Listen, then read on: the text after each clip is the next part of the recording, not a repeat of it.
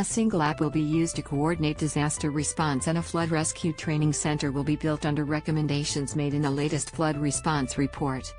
The 700-page document, compiled by former NSW Police Commissioner Mick Fuller and Chief Scientist Mary O'Kane, will be formally released in Lismore on Wednesday. The report makes 28 recommendations which will all be supported either in principle or in full by the NSW Cabinet, 9 News has learned. Read more. Morrison was secretly appointed to 5 portfolios. PM says other changes include the formalization of the Timmy Army that performed hundreds of rescues during the flood disaster. There will be a community first responders program and offer training to locals on how to conduct flood rescues on their private boats. The State Emergency Service, SES, will partially merge with the Rural Fire Service, RFS, and flood emergencies will be coordinated out of RFS headquarters at Sydney Olympic Park. Crucial SES administration and planning services will be taken over by the firefighters, and a single app will be established to coordinate disasters across all agencies. Read more.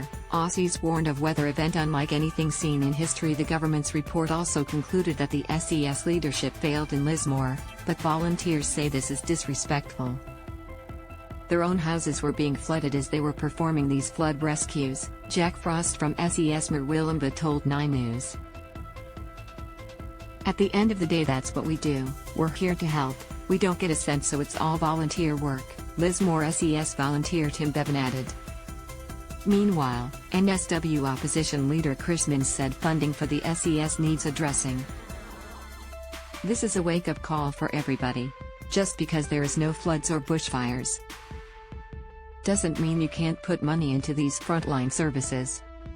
Read more. Toddler finds missing woman in backyard. The report also confirmed Shane Fitzsimmons will lose his job as the Commissioner of Resilience NSW and the agency will be dismantled. Fitzsimmons will cease being chairman of the State Emergency Management Committee. Plus, a 5th Deputy Police Commissioner will run disaster response and recovery. However, 9 News has learned former Police Commissioner Mick Fuller did not speak to or even brief his successor, current Commissioner Karen Webb, on what she thought of the idea. Plans for land swaps or government buybacks of flood-prone properties have not been finalized, with any scheme costing in excess of $1 billion. 9 News understands Cabinet wanted to see more work done on the buyback fund, which will anger the Lismore community desperate for clarity. NSW Premier Dominic Perrottet will be in Lismore on Tuesday to formally release the report.